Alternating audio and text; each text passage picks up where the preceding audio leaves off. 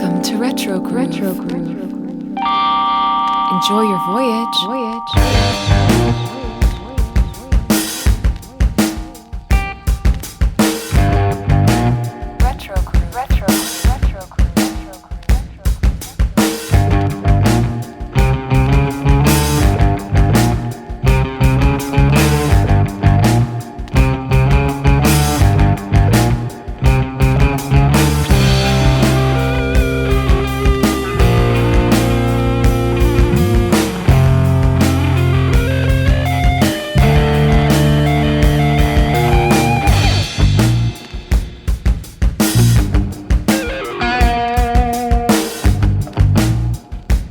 Howdy and welcome to Retro Groove. I'm Adam. And I'm Liam. And this is a podcast where we talk about music that stands the test of time. Today we are very, very happy to welcome to episode 4 of season 2 of Retro Groove our very, very good friend, close personal friend for both of us, close friend of the podcast and of the entire Twitter sphere, podcast sphere, our whole world, my whole world revolves around Seth. Oh my gosh. So Seth Sturgill is here, ladies and gentlemen, and it's always just an absolute pleasure to spend any amount of time with Seth, whether it's lurking on one of his many streams, having him on one of our podcasts, guesting on one of his podcasts. It's just so much fun every single time. So Seth, thank you so much for coming on and talking with us today. It's just my favorite. And on your birthday, no less. Yeah, it is my happy birthday. Yeah, happy birthday. Da, da, da, da, da. do the restaurant song. Yeah. Just to not get sued. That's all we need to do is make sure we don't get sued. Seth, just in your honor, I'm gonna cheers you here. So I've got I picked up that Coca-Cola Dream there. I have not had a chance to try it yet, but I am so excited to hear your take. Oh my gosh, I haven't had a chance. I want to. There's the pop. The pop. Oh my gosh. Let's get that raw take. It's fruity. It's fruity. It's fruity. Yeah, fruity dreams. Yeah. Holy moly. Dream World, dream flavored Coca-Cola. So I'll enjoy this in your honor during this. I love it. I need to try it. I really want to pick up that new this year's flavor of Mountain Dew Voodoo because I hear it's like Sour Patch, like Sour Patch Kids. What? And I'm like, oh, that's my vibe right there. But nice. No, guys, I'm so thrilled to be here. I cannot think of a better way to spend my birthday. Two of my favorite people. I love hanging out with y'all, talking music. Especially the topic we're tackling tonight is one that I've always wanted to talk about on a podcast. So I mean, this is just what a treat, y'all. This is going to be awesome. Thanks for having me. Thanks for coming. Absolutely.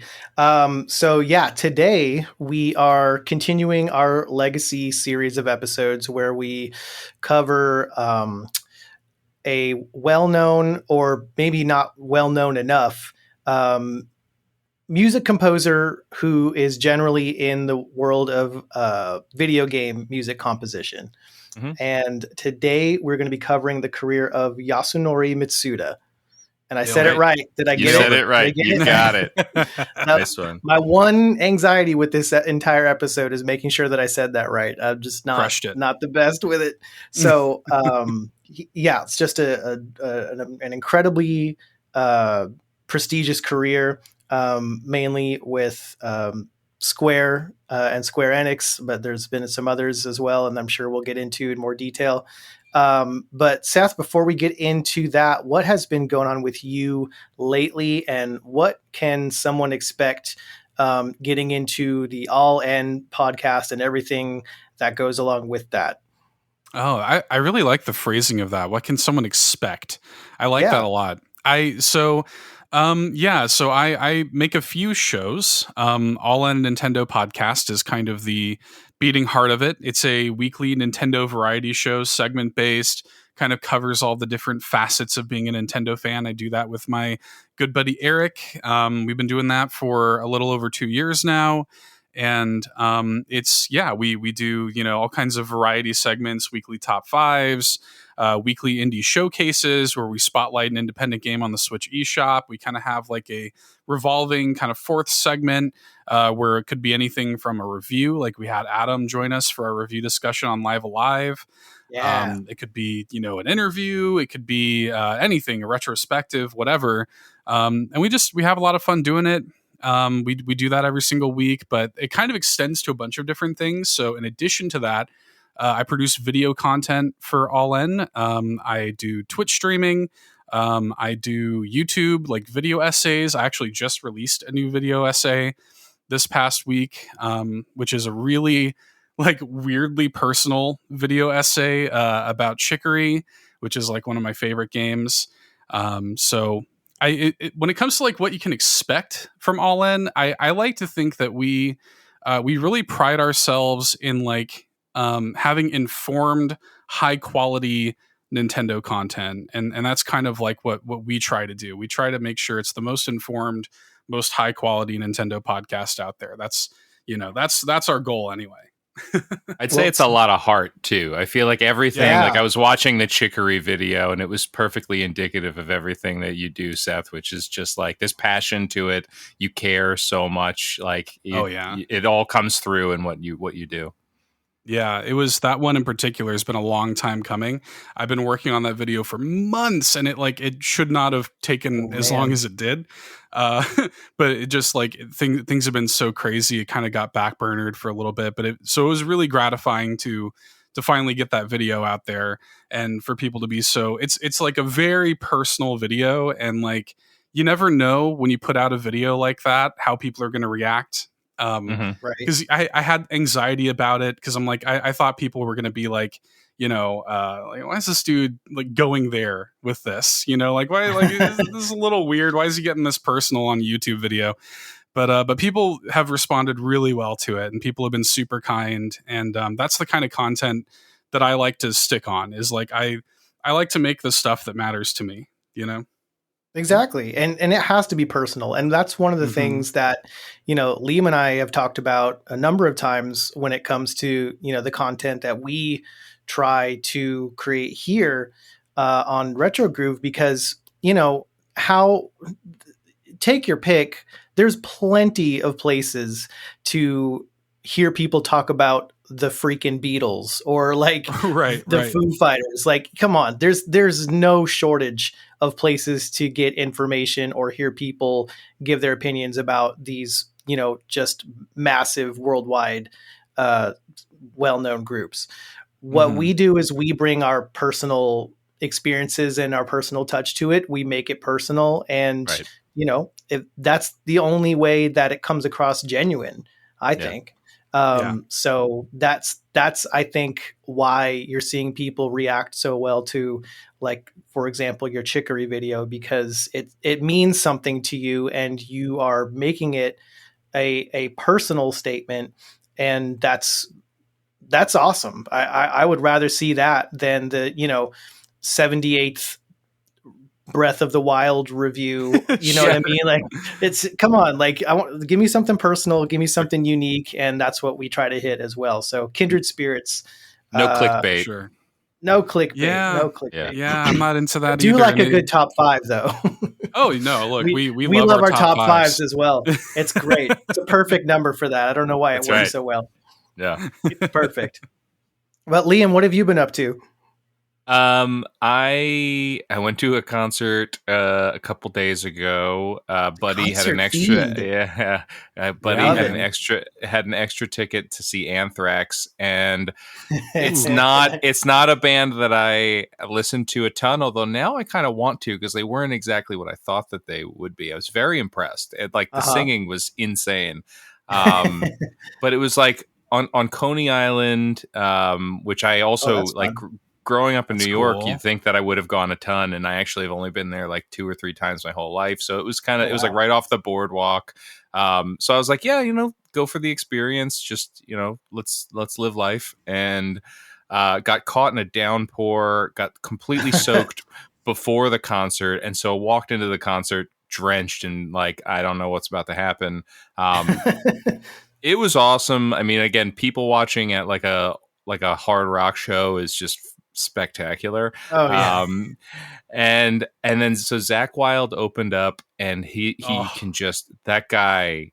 It was like seeing Tom Morello play guitar, and it's one thing to watch a video or a photo or hear it. It's another thing to like be in its presence and to be like, this is not unreal. Like, what is even happening? He did a dueling guitar solo with his other guitar player behind his head for at least 4 minutes. And I'm like, I don't know what's this is insane, in a kilt the entire time. Of course. But the big thing was I didn't realize that I had another buddy who was actually like, had gotten himself side stage at the show, and he texted me at one point. Like, we were texting back and forth when we realized that both of us were at the concert, and he texts me this picture of a silhouette with a hat, and he's like, I hope you're still here. Like 2/3 through the Anthrax set, he's like, I hope you're still here because something cool's about to happen. And I was like, that looks like shoot. Chuck D. That looks so much like Chuck D. Yeah. That's and awesome. I showed it to my friend, and I was like, I think this is about to happen. And 5 minutes later, Chuck D came out with Anthrax. And I'm like, I can't believe I'm watching this. This is the coolest thing.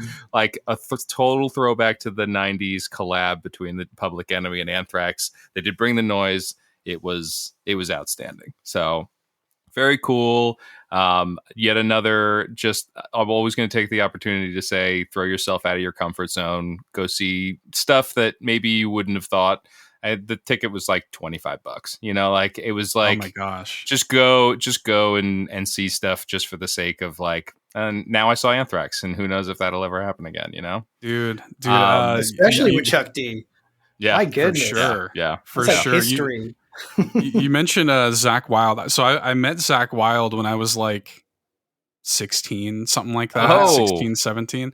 So we a few friends of mine went to Ozfest. I want to say it was 2005. Killer. And he was there. Matter of fact, Anthrax was there as well.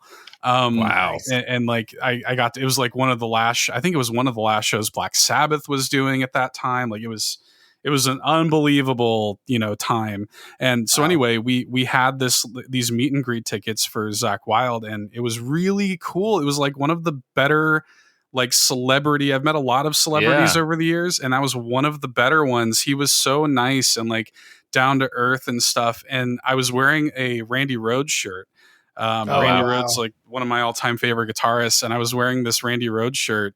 And like we had this like 10-minute conversation about Randy Rhoads. That's awesome. With Zach Wilde. Cool. And like, it was so sick. I'll never forget that, man. And I'm like I said, I'm like a 16, 17-year-old kid with like stars in my eyes, Right. It was great. Yeah, he seems like a genuinely great person. Like he seems awesome. And then the other thing I've been working on is the Nintendo dads hit us up. There's this music-based show game. I keep calling it a show because it basically is. It's like it's an interactive show, but it's heavily about like forming a musical group in LA, and it's episodic. They've been rolling them out every week. And so I've been recording videos. They're up on YouTube. Check out the Nintendo Dads feed. Good buddies over there. Obviously, Seth, you've done stuff with them a bunch, and all in the broader family of all of this. But it's a cool game. I've got one more episode that comes out next week, and we'll pop up a video for that. But it's definitely worth a click, and I don't think it's super expensive, so definitely worth checking out. We Are OFK, right? We Are OFK, exactly. Yeah, it's like it's almost like Gorillaz-esque kind of thing, where there's like a virtual band that has some artists behind it, and so there's a whole team that's doing the animation and the singing and the writing and whatever, and then there's a virtual band that is releasing music called OFK. So it's pretty neat. And every episode ends with an interactive music video, which is a super cool idea. And there's no score or anything, but you get to kind of pick apart and move stuff around and burn stuff and explode stuff inside the music video and kind of direct the music video yourself. Yeah, it's pretty neat. But yeah, that's what I've been up to. Adam's in a closet and he sounds great. Are you doing all right? Vocals. Yeah. No, this is actually really nice. I need to like get it. a setup like this at my place. I'm not at my home at the moment. Hopefully you can't necessarily tell, but or maybe I sound better because I'm surrounded by clothing that's hung up, so I should be in a nice, cushioned space. Yeah. Just been doing a lot of prep work for beginning of a new school year. Where I'm going to be doing quite a bit of the grunt work of homeschooling. So that's kind of a new thing. Made me and my kid's mom made a difficult decision, but ultimately came to the fact that we're gonna do homeschooling. We're gonna try it for this year, see how it goes. Was a tough decision, but I think at least for right now, in the climate that we're in and everything, we're going to give that a go because it's a privilege to even be able to try it. A lot of people don't even have that option. For sure. Either only one parent or both parents have to work during the day or what have you. So we're in a unique position that we can at least try it. So we're going to give that a go. So that's basically been the majority of my free time has been spent researching and gathering info and materials and stuff for that, which we're going to start right after Labor Day. So you got to build curriculums. Dude, music class is going to rip though. Like you guys doing music class is going to be awesome. Are you kidding me? All right, you've been doing those multiplication tables for what, 15 minutes now? Okay, that's enough. That's enough. We're going to music history. Yeah. This is Sabbath. Oh my gosh. So, but yeah, that'll definitely be a part of it because there's just a lack of, and part of it might be funding, and a lot of it now, there's just so much pressure. And we could probably have an entire episode on this, but there's so much pressure now with the state standardized testing where, there used to be so much more flexibility in what kind of classes you could take and the types of not extracurricular, but I remember being able to choose, I have a period where I can choose like photography or electronic music or marine biology, electives. And this was just high school. Electives. A lot of kids don't really have that anymore because everything is focused on passing the state standardized testing so that the school can continue to get their funding, get their numbers. So it's just the arts are the first thing to go, which is a tragedy. And I wish there was more that I could do about it. And it's still something that I'm looking into. But, with both me and my kid's mom being creative types, they've already shown various degrees of interest in a lot of different creative endeavors. And so we want to allow them to explore that rather than to have it be crushed out of them in the public school system. So we're just taking the opportunity to give it a try and see how it goes. And maybe it'll be a disaster. Maybe it'll be the most wonderful decision we've ever made. But it was for me. Homeschooling worked for me, my friend. Yeah. Nice. Yeah. I was homeschooled through my basically all of my high school was homeschooled. Oh, wow. Yeah. Okay. So then I won't bore our listeners with that right now, but I'll pick your brain after this about that.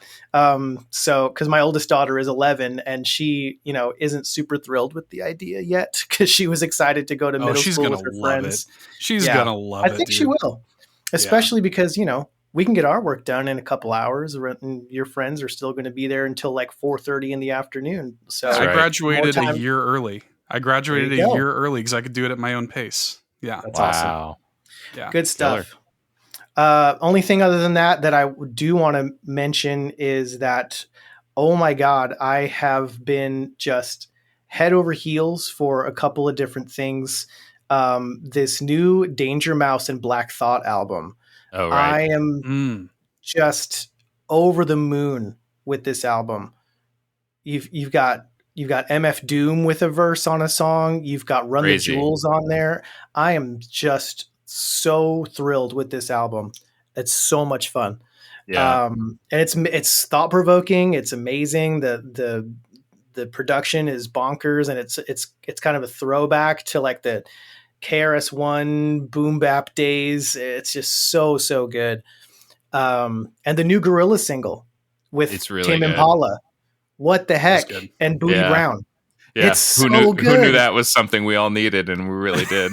I so absolutely needed it. And so, with these two singles now being out, the Cracker Island single with Thundercat and this new single with Tame Impala and Booty Brown, I think this new Gorilla, I don't think it comes out till like February. But this new Gorillaz album sounds like it's really shaping up to be something special. If this trajectory continues, it might be up there with like Plastic Beach and Demon Days.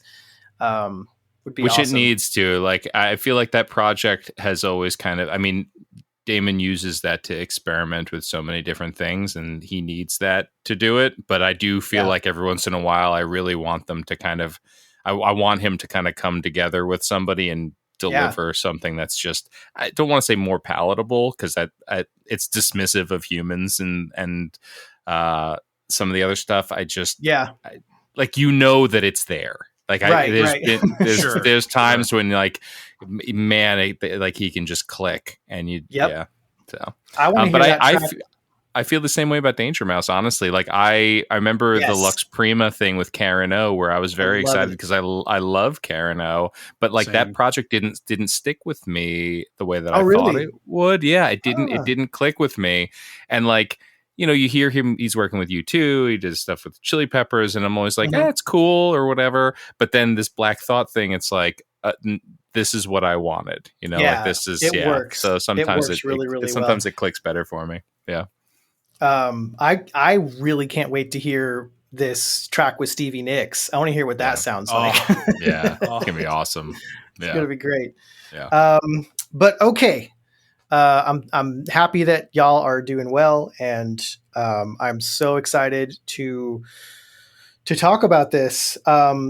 So I'm just gonna quick lead off here, and Seth, as per usual, what we try to do is I want to just let you go off and lead the conversation here. But for those listeners that may not know, Yasunori Mitsuda is probably best known for his work with Chrono Trigger and the subsequent games in the series, Xenogears and subsequent games in the Xeno series of series, multiple series of games, Shadow Hearts.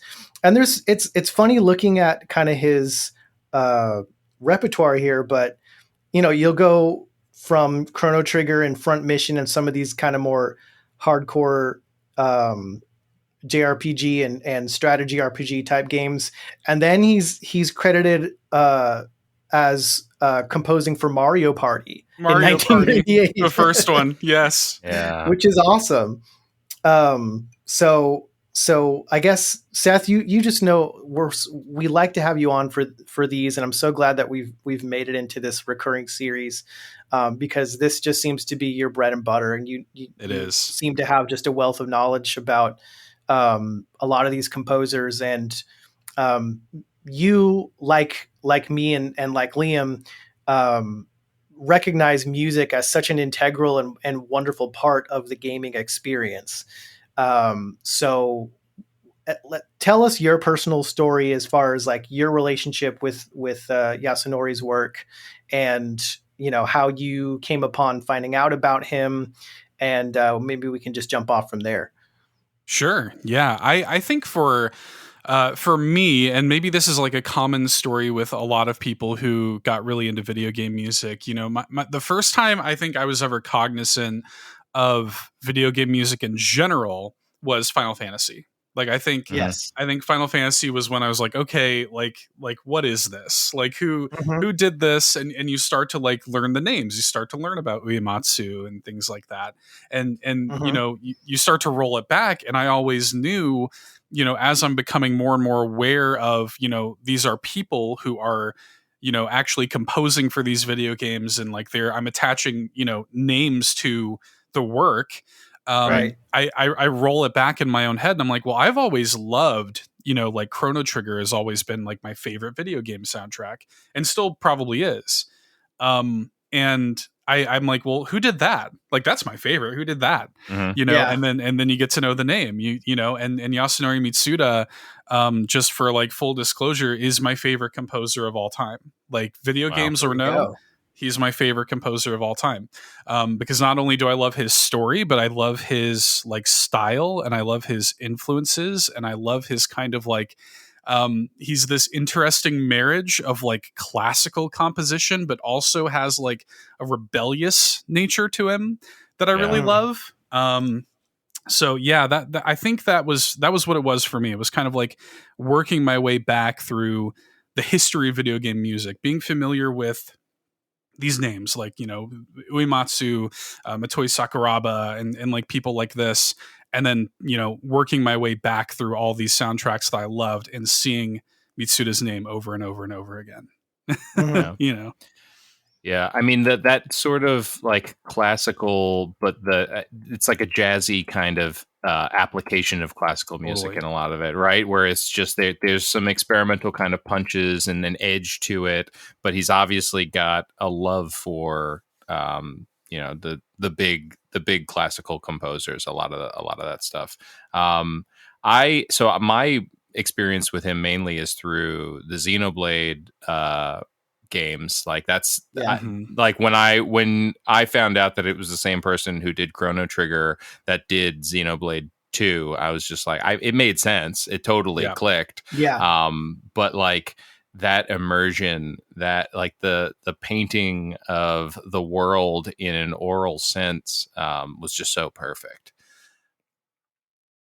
Yeah, he definitely does seem to have a good grasp of like that word you used, painting, is so perfect because a lot of my favorite game composers, Nobuo Uematsu being one of them, and similarly to you, Seth, my first experience caring about, oh wow, somebody made this music, who is it, and like I want to listen to this outside of just the experience of playing the game, was with Final Fantasy VII, because the music is so gripping, and it, if you close your eyes and listen to like the overworld's music, you're just like transported there. It totally paints a picture, and that's what a good composer does.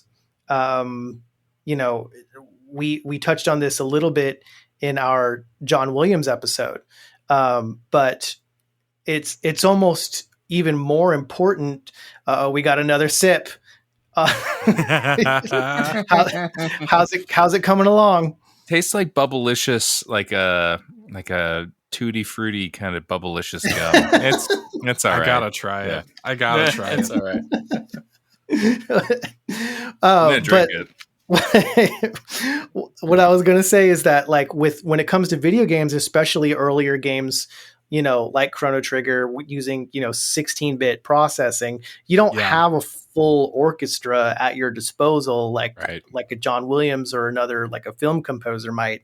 So even more so, you have to hone in on what these melodies are doing emotionally to a person, and what are they painting in terms of a sonic landscape. And like Liam said, it makes so much sense, or it made sense when I learned that he had also done Chrono Trigger, because I just recently, earlier this year, played Xenoblade 2 in preparation for 3, which just came out this past month. So when you have that really, really limited sound library to pull from, whether it's like 16-bit MIDI, or whether it's the still, a little bit better fidelity but still limited sound library to pull from on like the PlayStation for a game like Final Fantasy VII, what is it that you think these composers are able to tap into that makes this music so incredibly effective and memorable, even with just the simplest melodies. Yeah, I think that that's video kind of a game deep music, question. Sorry, no, that got way look, deeper than I expected it was going to you're right, go. though. You're right though, because I think video game music has a special power because it is so experiential, because like it does punctuate these moments in our either moments that are authored. Like before we started recording, Liam and I were talking about Final Fantasy VI.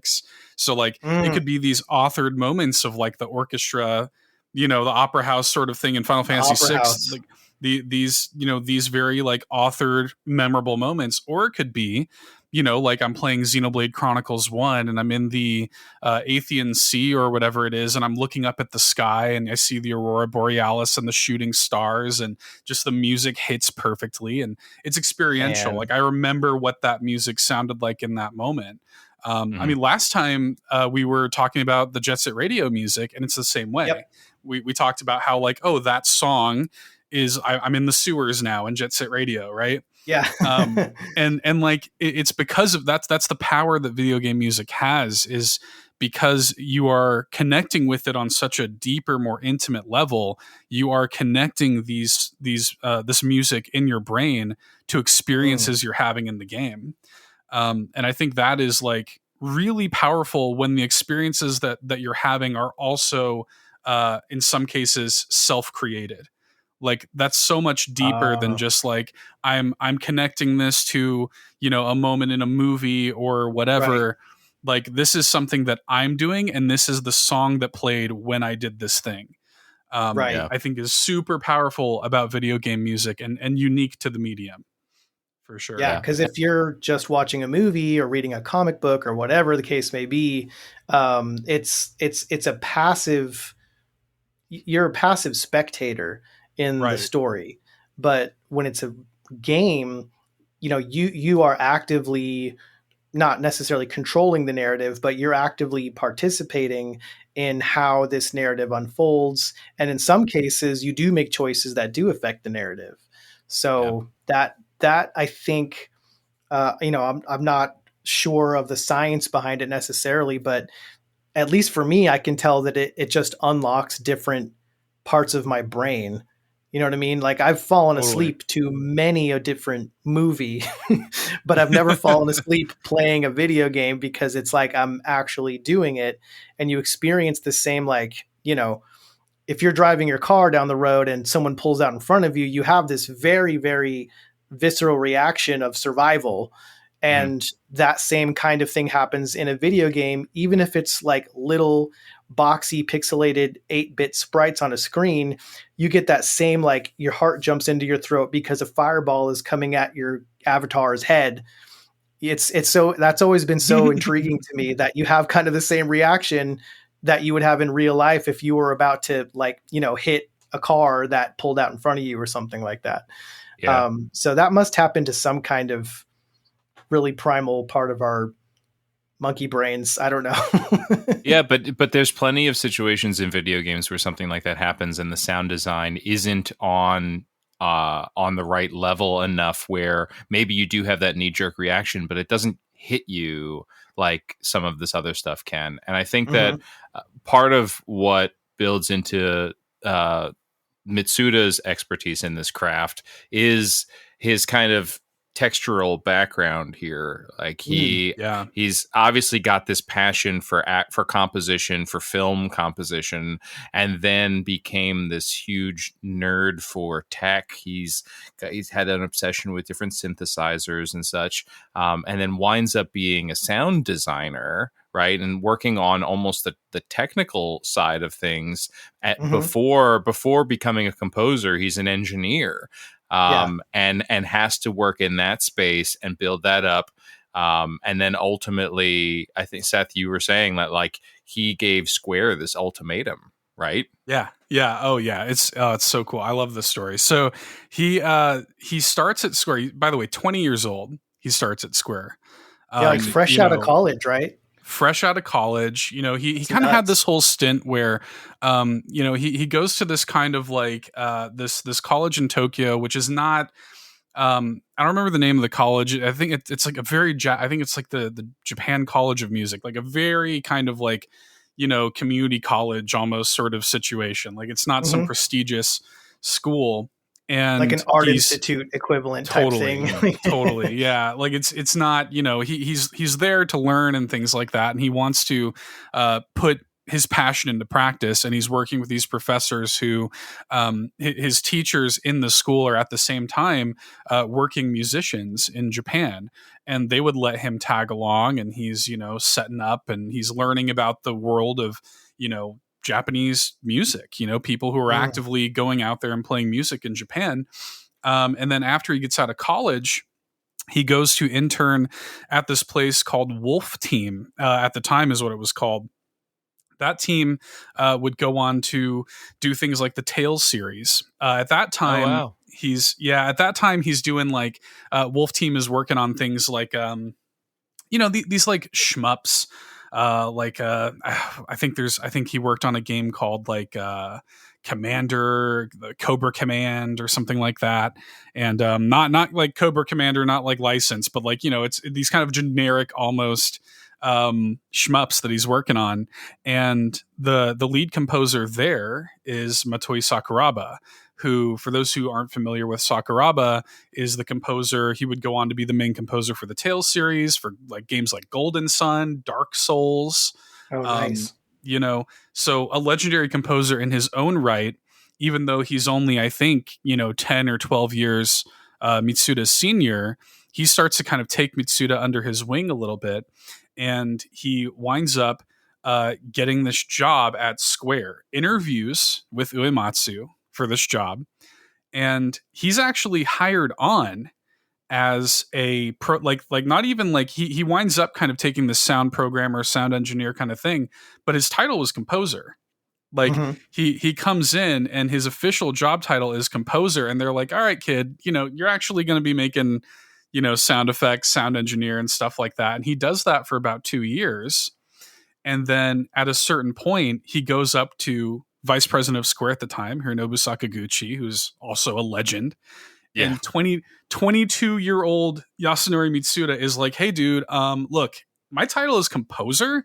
I'm here to work. You know what I mean? Like, I'm here to compose. Like, if I'm tired of doing the sound engineering thing, whatever, I'm learning a lot or whatever, but like I hit the ceiling. I'm here to compose. I'm here to do what I'm paid to do, and he gave him that ultimatum. He's like, if you don't put me on as a composer, I'm out. And he, 22-year-old kid with no real, college credit to his name. Not like this huge body of work to fall back on. Right. No resume. No real resume. This dude is like, pounding on the door of Hironobu Sakaguchi and saying, make me a composer or I'm gone. I just like, I love that so much. I just the brass, that it takes to do that. And then, he winds up giving him his first lead composer role on a little game called Chrono Trigger. And, and it becomes the most legendary video game soundtrack of all time. What the heck? I mean, it's just a crazy story. And like Chrono Trigger in itself is such an incredible body of work. And like the way, like just the weight of that project to him, like knowing the backstory and knowing that was his moment to really prove himself, cool, time to put your money where your mouth is. You know what I mean? Like time to, I'm giving you this project, time to show up, and Chrono Trigger was already this kind of who's who of like Japanese game development. It was almost this super game, and then you have this new kid basically heading up 99% of the music. Uematsu ended up doing a couple of tracks, but most of it was done by Mitsuda. It's very much a Mitsuda driven piece, and 54 songs or something. 54 oh my pieces. Gosh, yeah, it's insane. It's ridiculous. And he's always been a workhorse like that. He would work himself to death working on Chrono Trigger. I mean, he had to be hospitalized, right? He ended up getting stomach ulcers. Yeah. Oh gosh. And that's why Uematsu had to finish the rest of the soundtrack. Yeah. Oh man. He would work himself. I mean, he's fallen asleep at his desk. He actually, many of the songs in Chrono Trigger, he composed literally in his sleep.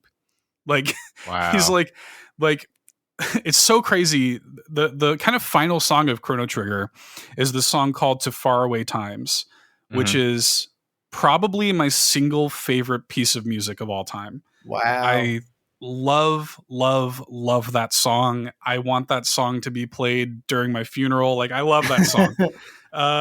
And like we played it during my wedding. Like, I adore that song. And he credits, like, he's like, yeah, I composed that in my sleep. I'm working so hard. I'm thinking nonstop about Chrono Trigger.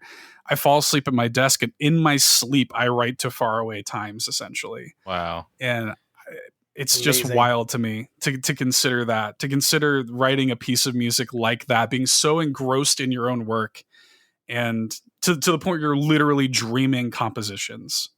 Oh, yeah. I mean, it seems like it looked like he makes a habit of setting aside months before even starting composition sometimes to completely immerse himself in the art direction and the design and the focus of whatever he's getting assigned to, which is not an easy thing to do. I mean, he does Chrono Trigger, right? And he does a handful of other projects with Square, and then basically, it looked like he got hospitalized again after a front mission game that he was working on, and then parted ways with Square at that point to try and strike it on his own. I mean, this guy is going to do things his own way, and it's probably not the most efficient way to do it, but obviously it pays in dividends because he's making some of the greatest video game soundtrack music of all time. Yeah, he's got a total. I mean, there's like an almost punk rock vibe to it.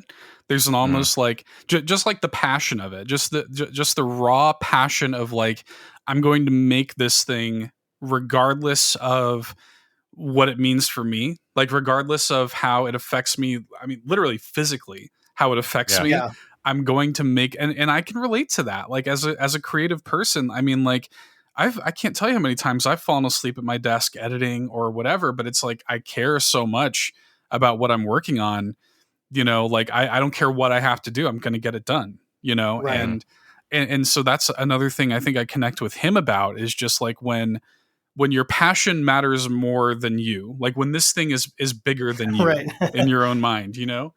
I totally relate to him on that. And that's another reason why I connect to his work so much, but also his style is so unconventional. Like it sounds incredibly conventional when you listen to it, like on the face of it. Instrumentally, it's pretty conventional. It's kind of got this classical vibe to it, and it has like more complex compositions, but when you actually listen to it piece by piece, phrase by phrase, like it's not, you know, it doesn't ever stick to one thing. I love how I would consider Mitsuda's like signature, the fact that he starts these like phrases in his compositions and they never resolve the way you think they're going to. They never do. Like they always go into a different place. To Faraway Times is a great example where like that song starts off with a little bit of a twinkly like build to it, and then it kind of goes up, like it kind of goes up and crescendos a little bit, and then it kind of dips down into that minor key just when you think it's about to hit its crescendo. It's about to be this big epic ballad. No, it goes down. It's quiet, you know, and like it goes into completely different realms, but he still finds a way to work leitmotif into it, in Chrono Trigger in particular. Where that kind of like classic Chrono Trigger leitmotif, that do do do do do do, he works that in. He manages to make it melodic with like these melodies that stick in your head, but it also keeps you guessing every time you listen to it. It's like brilliant, and it's like that for his entire body of work. Like nothing is ever 100% as it seems, and I think that's why I hold him above, like, not to take away anything from the Uematsus of the world or Koji Kondos of the world or whatever, but that's what speaks to me about Mitsuda's music in comparison to them, is like, it feels like a guy who just locks himself in a room and just noodles around and is like, it's almost like he is trying to like fool himself as he's composing it. It's like, oh, I was gonna zig, let me zag instead. You know, I love that. Yeah, he's playing with a formula, and he's always going to switch it up, right? I love that. I mean, it's incredible to think that, like, yeah, I don't know, I don't even know what I'm trying to say right now. Like, he has this breakout success, right, off of this first thing, which could, I mean, it's still all these years later. Well, we're 95 math 727. How many years is that now? Something like that. Yeah. And it's still one of the most impactful soundtracks of all time. Yeah. Could just rest on his laurels or whatever, but instead goes off to just do whatever he wants to do. Like, he could have parked at Square and just done every Square thing. Totally. I'm sure that they would have kept it. And instead, he's going to go off. He's going to make a Korg synthesizer for the Nintendo DS or whatever. You know, like, the guy is just going to do whatever is going to come out of him, and everybody just either has to be there for it or not. Super, super impressive. For me, as I'm like learning about the guy and going through it, for some reason I have this like Rivers Cuomo thing that keeps coming into my head as far as a comparison, not just because of like the strength of the beginning of like where he came from when he first broke into the scene, but also that like kind of like calculated minimalism, but also like sometimes they're going to throw you a curveball where you're listening to something that Rivers has done and you're like, why, how did you, oh my God, I didn't know you were going to do that. But there's rarely any fluff. It's not superfluous. Like, it's legitimately, it feels like he pieced it together, pulling it out of some formula that you or I could never make, you know, like somehow he calculated this thing and perfectly represented what he was going to say, and nobody else was going to be able to do that. And again, like, part of the reason why I keep coming back to Rivers is like, he seems also just kind of out there. Like, he's operating in his own space. He's operating in his own world. He's got like, you can go to him and be part of his vision, or you could not, but he's going to be operating the way that he wants to operate, and it's up to you to decide if you want to be a part of it. Definitely. Wow. Yeah, definitely. like buckle up or just get off the ride. You know what I mean? Like, that's totally the vibe. And yeah, I mean, I do. You're totally right. He could have just parked it at Square, done the same thing for the rest of his life if he wanted to. But I mean, he goes on to work on all this other weird stuff. And like, I love that. If you look at the scope of other composers like Koji Kondo, or like, you know, he could have been Uematsu, really. He could have been just the next Uematsu guy. He could have just been the new Final Fantasy guy if he wanted to, you know?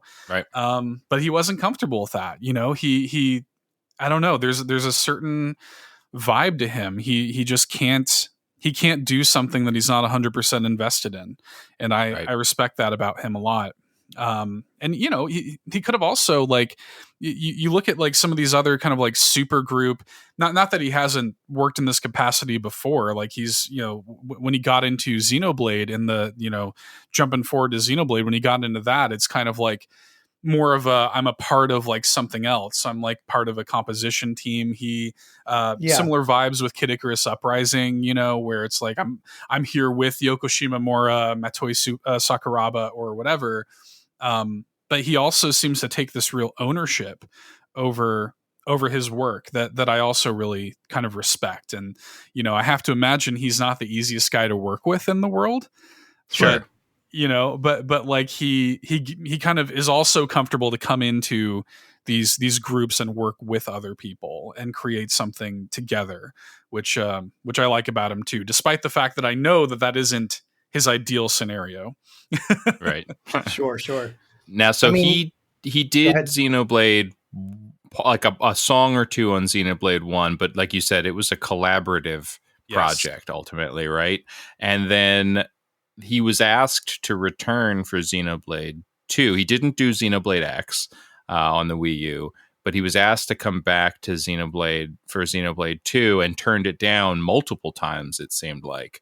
And an arrangement had to be made. I mean, it's his fingerprints all over that game's music. Totally. It seems.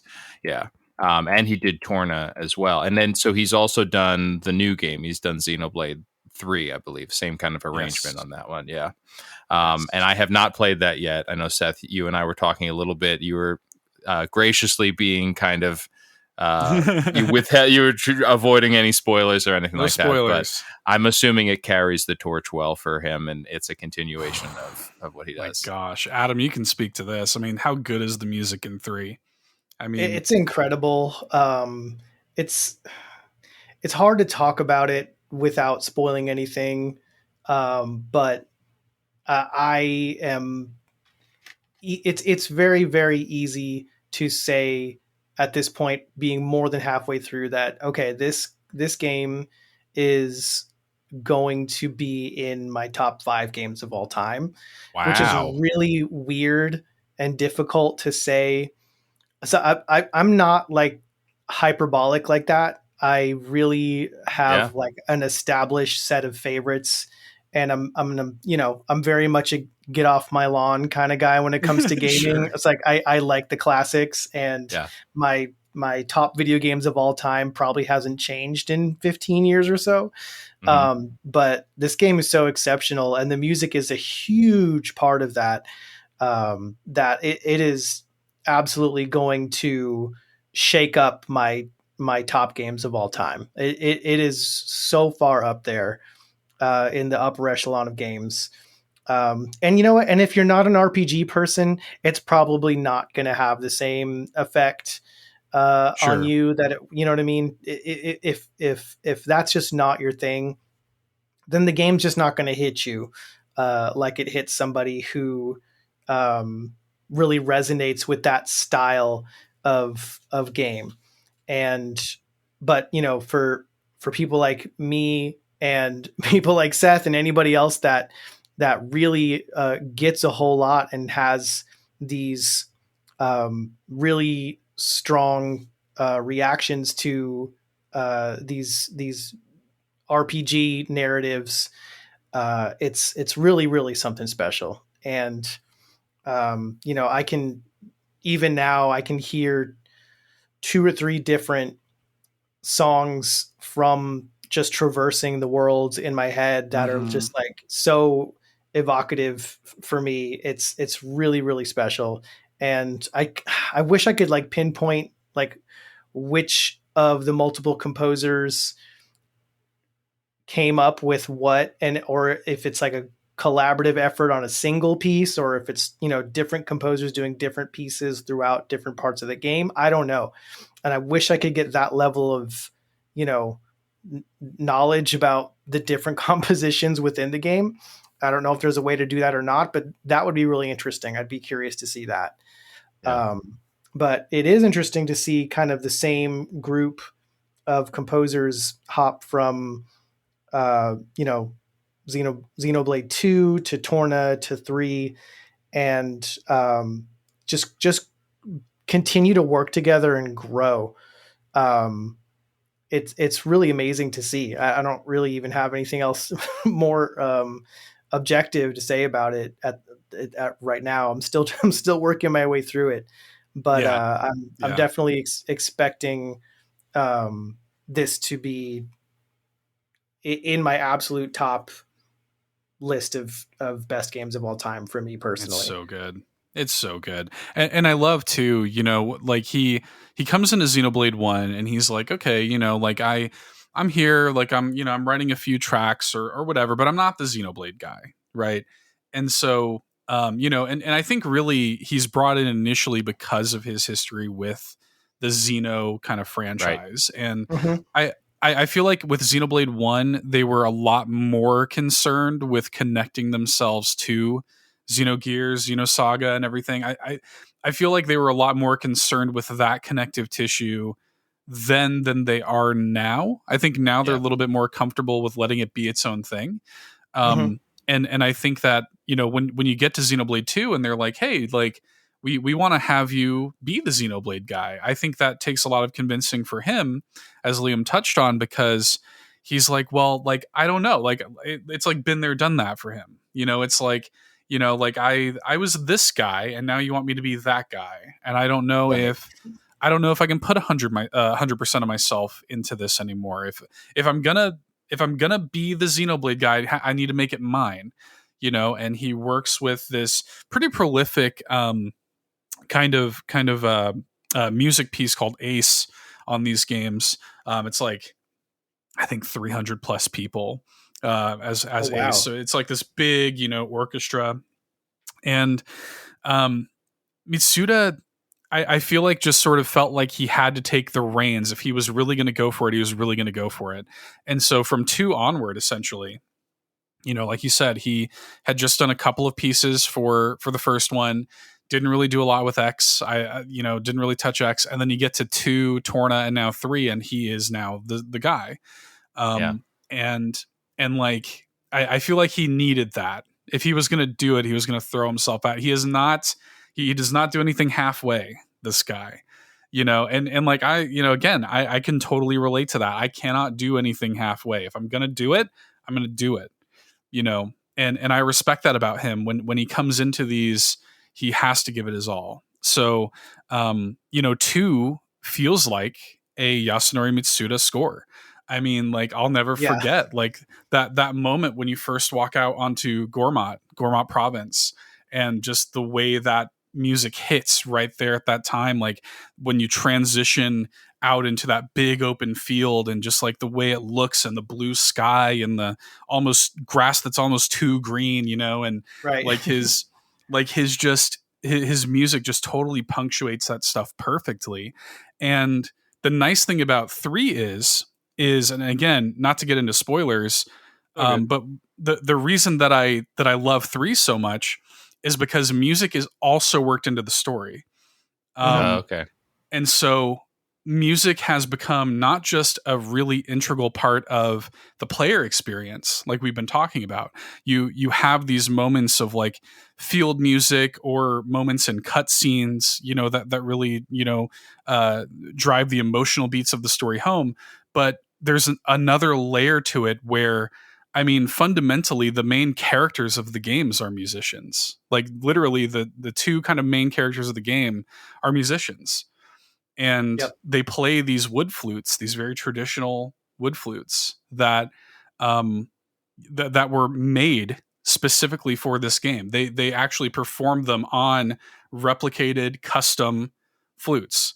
And it just adds such another level to it. Like it just makes the connection to, you know, something as simple as, and again, I'm dancing around it, but there's a type of collectible in the game that requires the use of playing these flutes. And something as simple as that becomes this beautiful piece of harmonized flute playing, you know, which could be just something so simple in any other game. But he's like, let me weave this into the entire plot structure of this game. Yeah. And that, I think, is what makes it like just pound for pound. And I said this to Liam before we started recording. I've said it on my podcast. And I'm right there with you, Adam. I am not somebody who gives into recency bias at all. In fact, I really rail against it. Like I'm the exact same way. I have such a hard time coming into a new game, movie, whatever, and like kind of recognizing that it's just one of my favorites. But I play this and I'm like, I really think that pound for pound, track for track, I think that Xenoblade 3 is his best work. Crazy. I really do. And I don't say that lightly, you know. Chrono Trigger, I think, is still my favorite. I mean, again, I know it's big words, but like Chrono Trigger, I would say, is still my favorite soundtrack of all time. And but in terms of like the quality and the amount of himself that he has put into the work, I mean, it's not just, you talk about Xenoblade 3 is a, you know, game you could play for hundreds of hours. And every track is not just good, it's excellent, like the whole way through. And I haven't beat it yet either, but you know, I'm like creeping on 70 hours in, and there has not been a subpar track the entire time. Like nothing has been less than great, you know. And even just something as simple as pause menu music, I'm like, dude, you didn't have to go this hard, you know. And it's like you could just sit there and listen to the pause menu music for hours, you know. And it's just the consistency and the quality that he puts into his stuff is unparalleled, and it's such a great maturation of his sound. And like it feels like you look at the 22-year-old kid who's making Chrono Trigger, and you look at now the 50-year-old man making Xenoblade Chronicles 3, and like what's great is you can actually track his growth. You can see where he started and where he is now. And that is so unique, I feel like, to him. I don't feel that way about other composers. Like, I love a lot of other composers. I love, even non-Japanese composers like David Wise or whatever. Like, and David Wise would be a great one to do one of these days.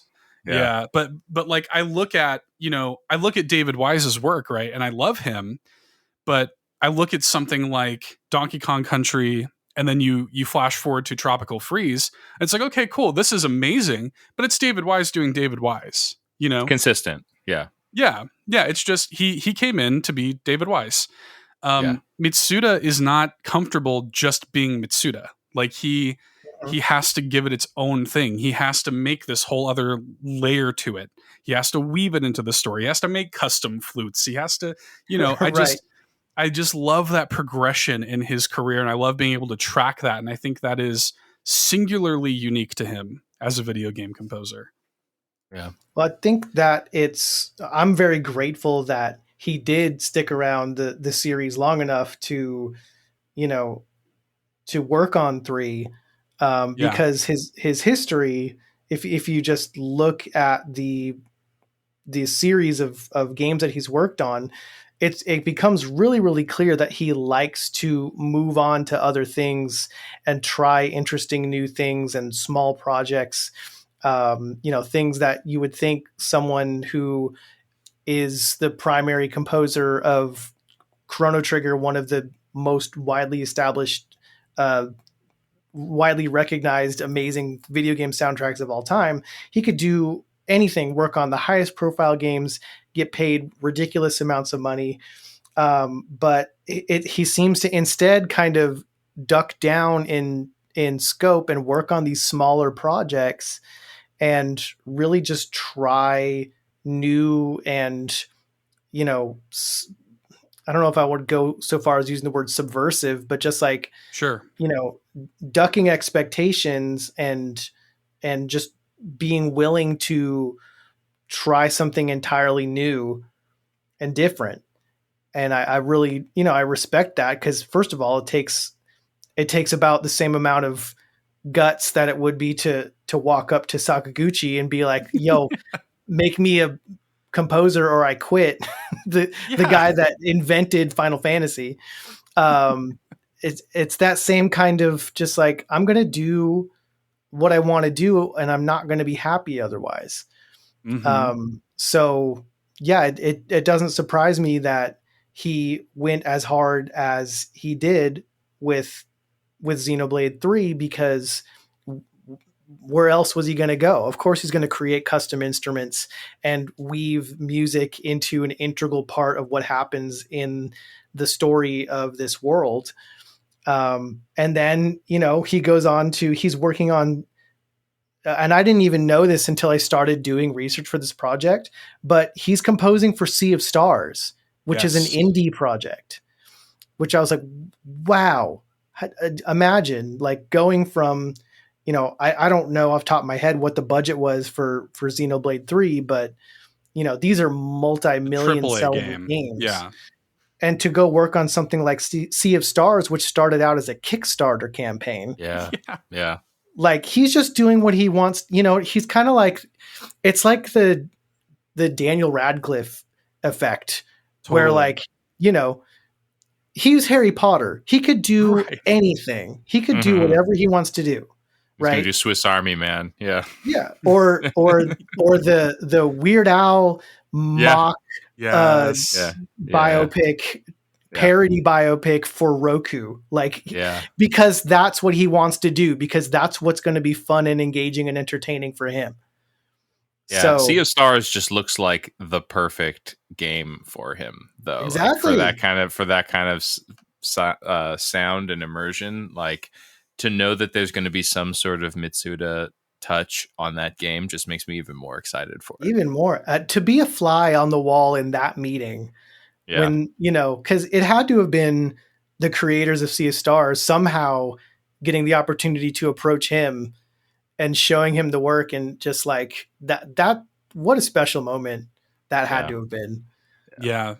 They in that game, and we actually tapped into this a little bit when we talked about Hideki Naganuma, but like there is something really beautiful about that, where you flash forward to now, and Sea of Stars is a totally Chrono Trigger inspired game. Yeah. I mean, they're basically trying to make like the modern day Chrono Trigger, and then to get the guy that did Chrono Trigger, it's too good. How beautiful is that? I love that. And yeah, to your point, I mean, Daniel Radcliffe is a really apt comparison, I think, because, you start off in your Harry Potter, and like, how do you top that?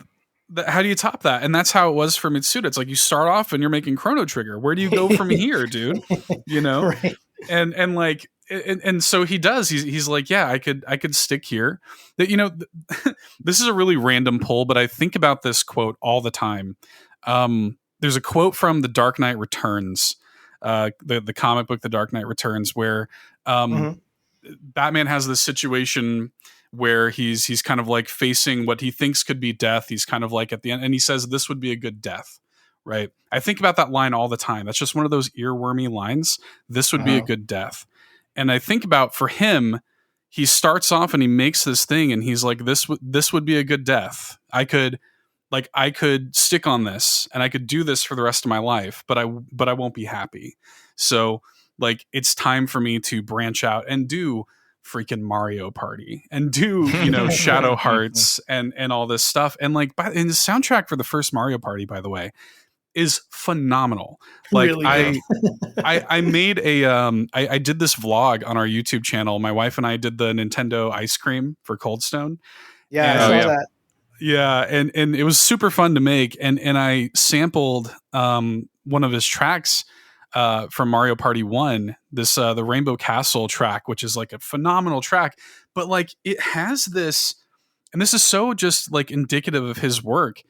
Like, even for something like making music for a Mario game, Mitsuda is not comfortable to make it the melodic heavy Koji Kondo Mario style track. It's not do do do do do do. It's not like that. It's not this, the style that Mario music has always had is the composition almost reflects the gameplay. It's bouncy. It's up and down. It's, it's spindly. Mario's music has always felt like playing Mario. Mario Party is not like that. That first Mario Party soundtrack is not that at all. It is bucking the trend. It is making something that feels almost melancholic in a way. Like, that Rainbow Castle song is played in like a minor key, and it feels like I played it during like the kind of like credit sequence, the kind of ending of my video, because it feels whimsical and melancholic and stuff. And I'm like, hang on, this is a Mario Party game. Like, and it's just wild because he finds this way to like take those complex compositions and almost actively try not to make something that is melodic, but ends up making something melodic anyway. And I just like, oh, that's so, I get goosebumps thinking about it. Like, I just love his style, and I just like, that stuff sticks with me so much. And I look through that's a consistent thread throughout his entire body of work. I think about things like Kid Icarus Uprising, which is my favorite 3DS game. Another of my favorite soundtracks of all time. He was a primary composer on that. Mm-hmm. He has his signature. I can tell Mitsuda music when I hear it, but it's also just like wholly unique and different from everything else. I have a question then to put to you guys. Is there, and I want to be respectful in this, because obviously as we're talking through all of these composers, when you talk about a Koji Kondo or something like that, like they have their fingerprints firmly on a series they often sculpt the sonic sound of a series beyond just a standalone game. But is there a game? Is there a series? Is there something where you'd be like, it'd be cool if he contributed to it or he composed for it on the heels of that Mario Party and Kid Icarus, like having him in the mix on there? Is there anything that comes to mind? And I'll give you guys a second because I thought about this, obviously, because I'm the one asking the question. So I'll give you guys a chance to think about it, because where my head had gone to was Fire Emblem. I mean, I love the Fire Emblem series so much, and there's a group, a duo that does a lot of that stuff and has done it at least from the 3DS era.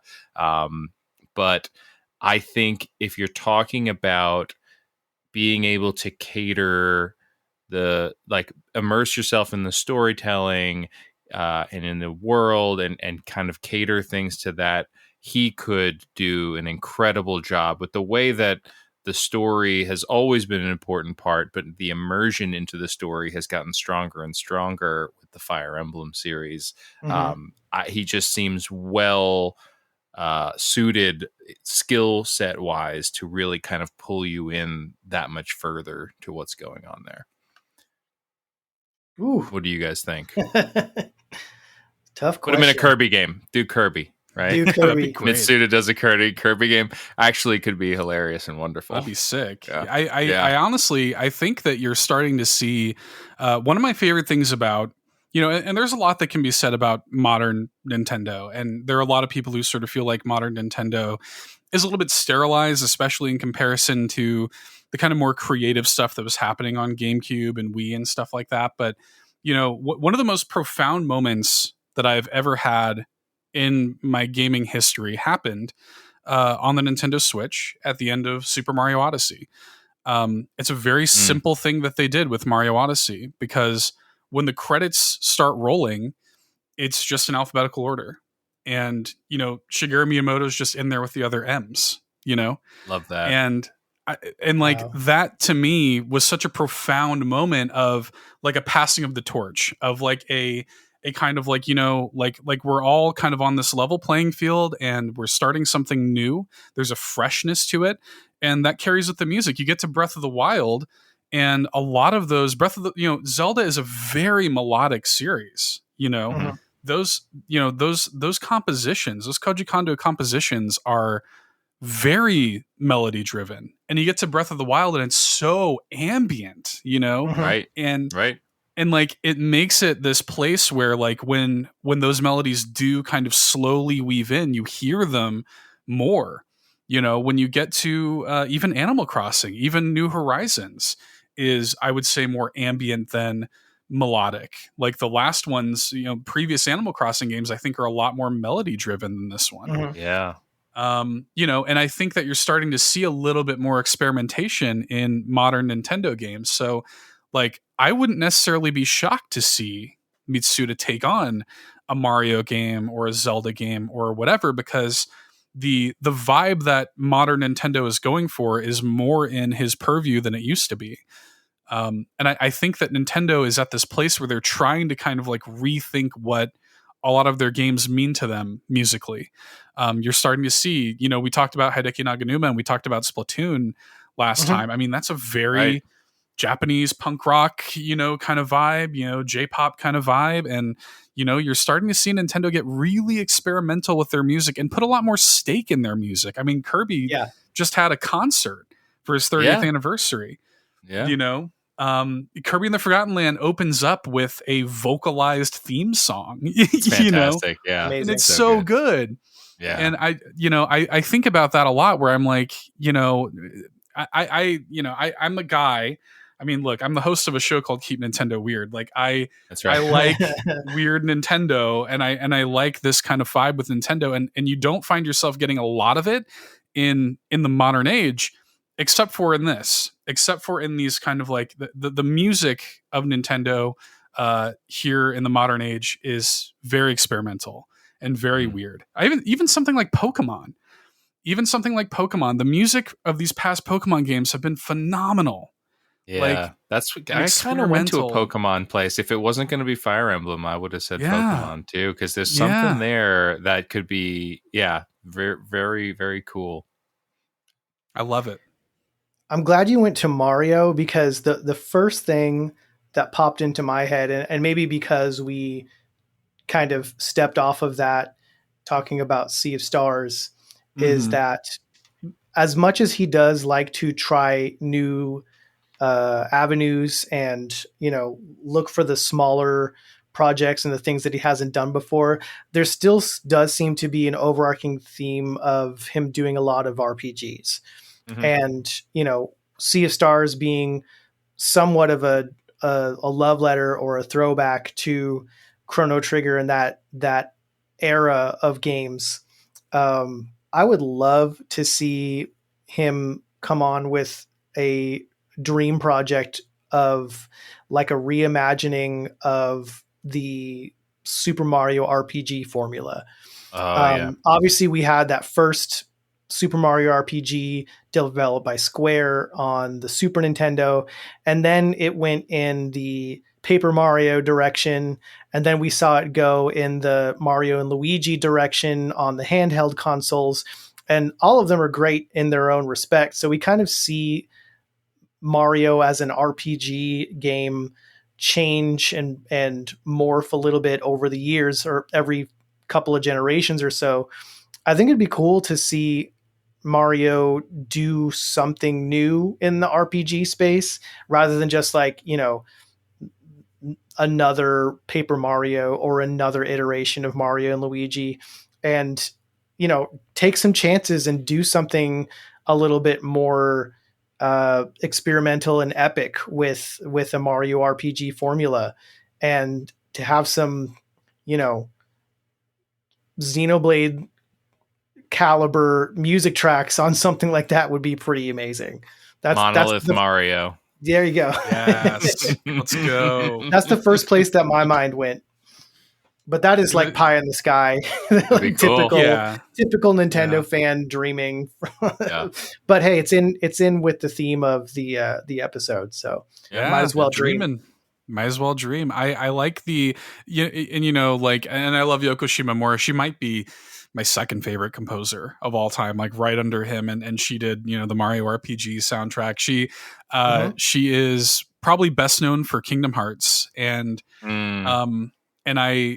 it's really funny because I even look at like modern games coming out now, like watching like the trailers for Sonic Frontiers, and I'm like, this is Kingdom Hearts music that they're doing here. Like this literally just sounds like Kingdom Hearts music. And it is, isn't it interesting that, these kind of modern games are kind of playing with, their musical flavor. Like they're kind of not afraid to shake things up. And I feel like he works really, really well in that space. I think you could offer him and slot him into basically any Nintendo franchise, and I think he would bring something unique to that. And I mean, Kid Icarus Uprising is a great example. I mean, Kid Icarus is a franchise that was dead, essentially. I mean, like, this is like they hadn't had a new game in like some 25 years. Right. And they bring it back out for the 3DS, and it's like a totally weird game that, Masahiro Sakurai is like, heading up and everything. And you've got Mitsuda on the score. And, and I just like, I love that. He seems attracted to these weird little projects, like let's bring Kid Icarus back in the modern day and let's make Pit like a great character that people want to play as in Smash. And, I love that. I mean, like I would love for Nintendo to bring these kind of like weirder characters into the limelight again anyway. Like I would love a new Kid Icarus. I would love, I would love even like if they were to do like a new balloon fight or something, even, like if they were to do something like that and give Mitsuda like a weird little game like that to make a score for. How sick would that be? I love it. I love thinking about that. Pie in the sky, man. But I'm telling you, you gotta dream about something. I mean, the dude is still working on Inazuma 11, which like we'd be remiss not to mention Inazuma 11, which is this like, soccer this like RPG-ish, anime soccer RPG, you know, and I just like I find that so funny. He's like still involved. He's like still the Inazuma 11 guy, you know. Wow. Like he's still doing that. I think they're working on a new one that he's still composing for. And you know, he's like, let me do that at 50 years old. Totally, let me do that. Let me work on this little indie game. Let me work on Xenoblade Chronicles 3. He marches to the beat of his own drum, dude. Yeah. It's great. I mean, it's inspiring. It kind of makes you rethink, you know, okay, like what could I be doing that's subverting the expectations that are on me as a person, whether it's in my professional life or in my creative endeavors. And, you know, I love that kind of stuff. It's easy for us to get kind of stuck in the routine of things because let's face it, routine makes us feel safe and makes us feel comfortable. But in that routine, we're rarely going to grow. And it's the things that kind of knock us out of our routine or push us to do something we wouldn't normally do, or that doesn't seem like the next natural progression. I think that's when we're really going to end up growing creatively and as a individual. So I always appreciate someone that just flat out embodies that because it's inspiring to me. So I agree. That's kind of my final thought here. I completely agree. And not only does he embody that with the way he carries himself as a person and as a professional, but that is again apparent in the music, like that literally in the composition. I mean, it was what I was talking about with Chrono Trigger, with all of his stuff, like the way that it doesn't go the way you think it's going to, just literally in the music, it doesn't resolve the way it should. It goes completely against everything that you're taught about music. Even when you're just listening to it as a layperson, it goes against everything. If I were to play the first couple of, you know, minutes or seconds rather of To Far Away Times, and then I said, okay, cool, where do you think this is going? You know, like hum where you think this might go. If you could kind of like guess where, and it doesn't go there, you know? No.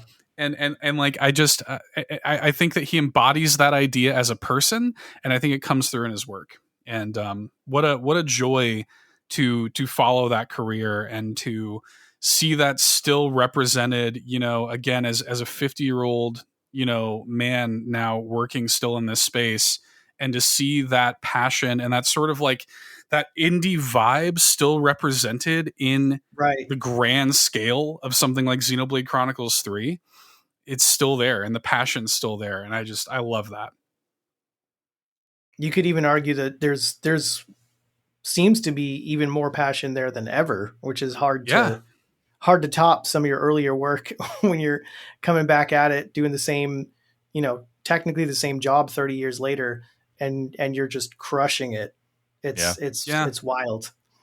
And it's funny. Liam and I were talking before we started too about like sort of, you know, like not wanting to really be like the face necessarily of it, not wanting to like be, you know, he wants to make this thing and he wants to know how you're liking it. Like, dude, I follow him on Twitter, and after Xenoblade 3 comes out, he's like, so how I would love to hear everybody's liking the music. I'm like, Yasunori Mitsuda's fielding like feedback from people on Twitter. I'm like, no, it's, you know, turns out it's really good, Mr. Mitsuda, really good, sir.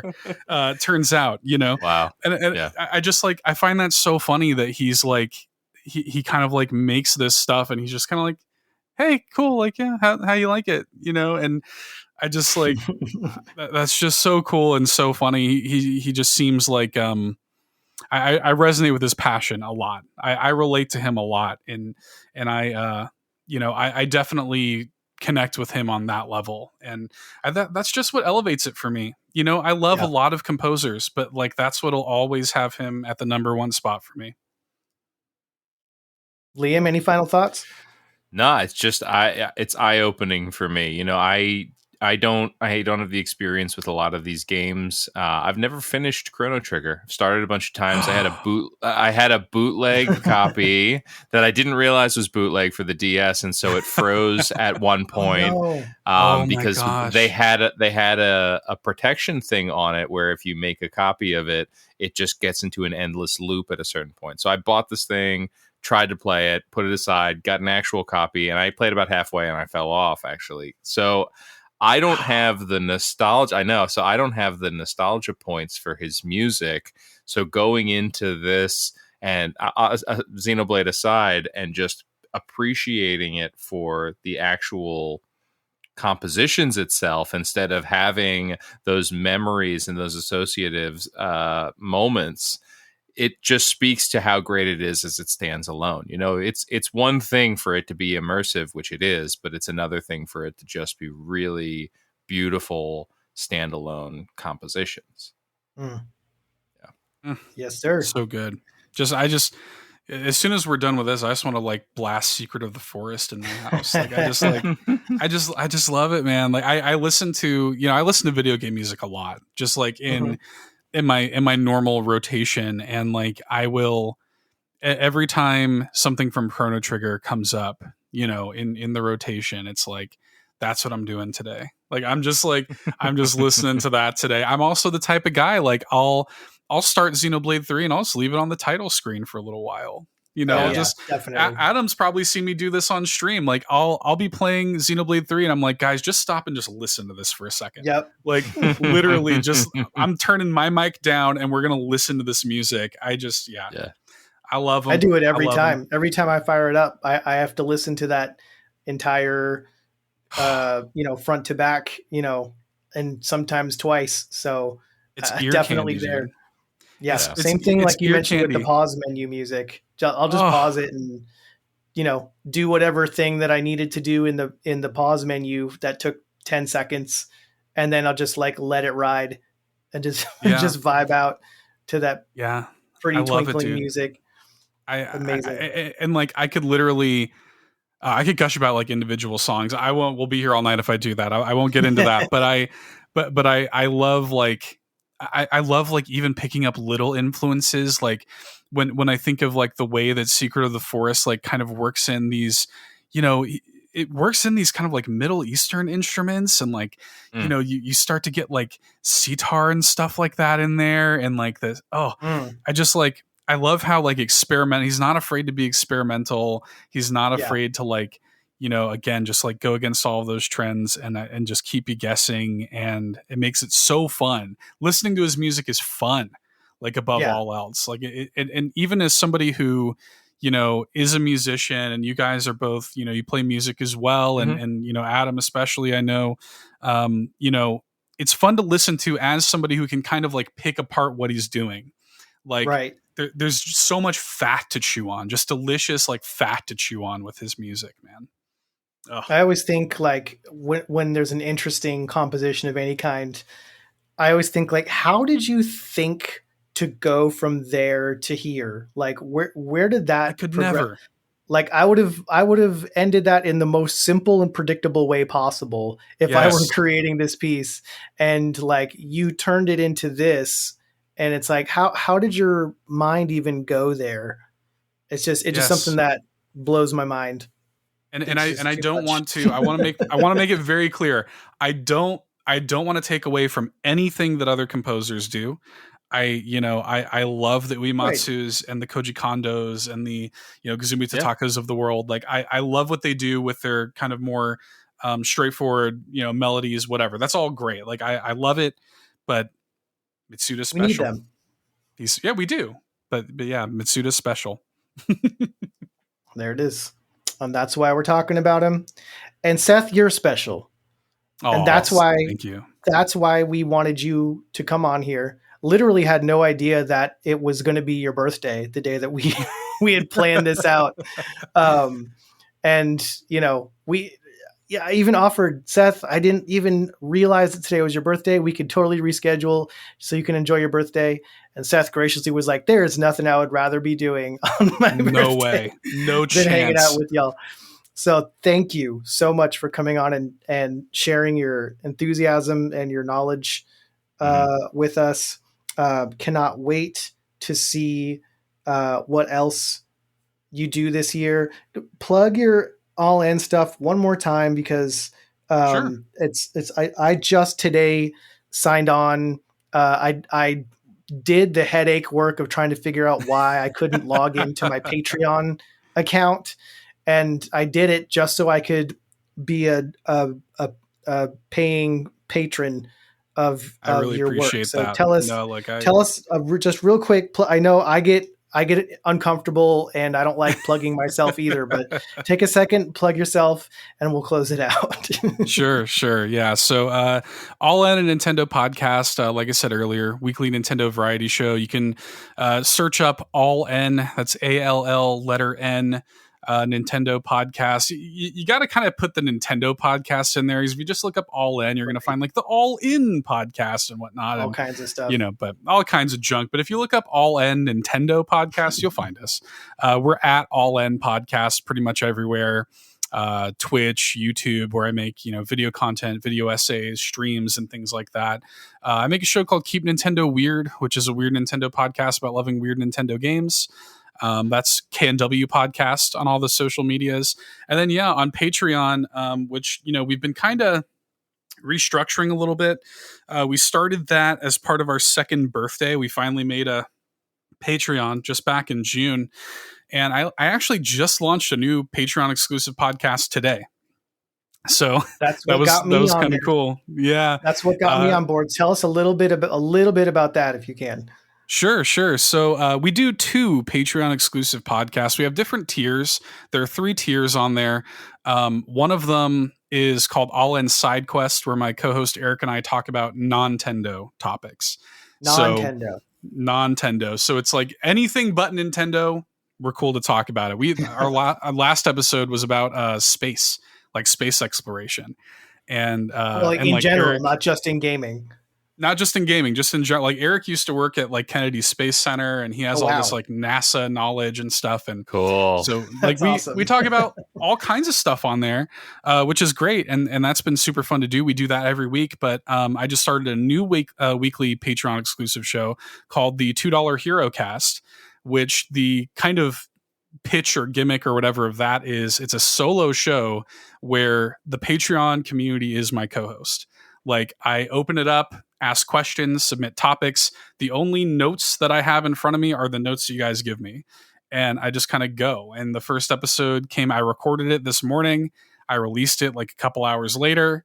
And it's super fun. Like it's super fun and freeing. And awesome. I just kind of go, And I mean, heck, we talked, I'm sitting there talking about McDonald's filet of fish sandwiches for, like 10 minutes. And it's, it's just a fun little show, and it's a way to connect with the patrons and stuff. And yeah, I super appreciate you, Adam, and like everybody who supports that. That's the thing. Even if it's just $1, like that means so much. Anybody who is like, hey, like I love your work and I want to, kick in literally anything, even if it's just leaving a review, like it is so meaningful to people like us who put our hearts and souls into this stuff. So I appreciate everybody who gives us the time of day, who listens to shows like this and supports passionate people. You guys are the best. That's what it's all about for us. It's just, passion projects, stuff that we love, stuff that we care about. And if other people enjoy it, that's just icing on the cake. It's just a bonus as far as we're concerned. Absolutely. So again, Seth, thank you so much for spending an hour and a half of your birthday with us here. Such a treat. And thank you guys. Yeah, it's a treat for us. Absolutely. And thank you, listener, for listening to Retro Groove. We are part of the RetroLogic family of podcasts. You can find us on Discord on the RetroLogic server. You can also find us on Twitter at RetroGroove_pod. Tell us what you think. Tell us what you'd like to talk about. We love hearing from y'all, and you'll hear more from us soon. Thank you for listening, and adios.